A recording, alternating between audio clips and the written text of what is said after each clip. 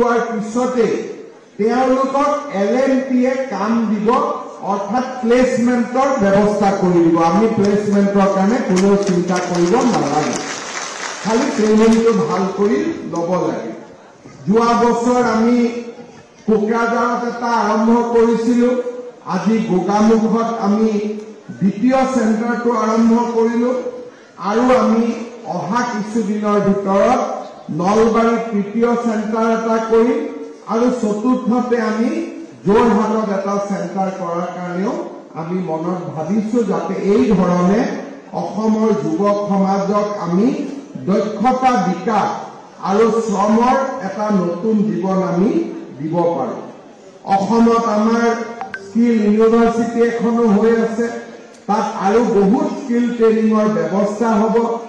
Polytechnic বিলাকত টাটা টেকনলজিৰ লগত মিলি আমি নতুন প্ৰযুক্তিবিলাক শিকোৱাৰ বাবেও আমি ব্যৱস্থা গ্ৰহণ কৰিছো। কেইদিনমানৰ ভিতৰতে আমি দেখা পাম আমাৰ পলিটেকনিক বিলাক কি সুন্দৰ কৰি আমি নতুন যিবিলাক বিষয় আছে আৰ্টিফিচিয়েল ইন্টেলিজেন্স আদি, তাৰ ওপৰত আমি ট্ৰেইনিং দিব পাৰিম, যাক আজি বহুত চাকৰি বাকৰি আছে, আমি সেই চাকৰিবোৰ ল'ব পাৰিম। অসম চৰকাৰে 1 লাখ চাকৰি দিম বুলি কৈছিলে, আমি 1 লাখ দিলো। অহা বছৰ মানে এই বছৰটোত আমি আৰু 35,000 চাকৰি দিম, কিন্তু অসমত 16 লাখ নিবনুৱা আছে।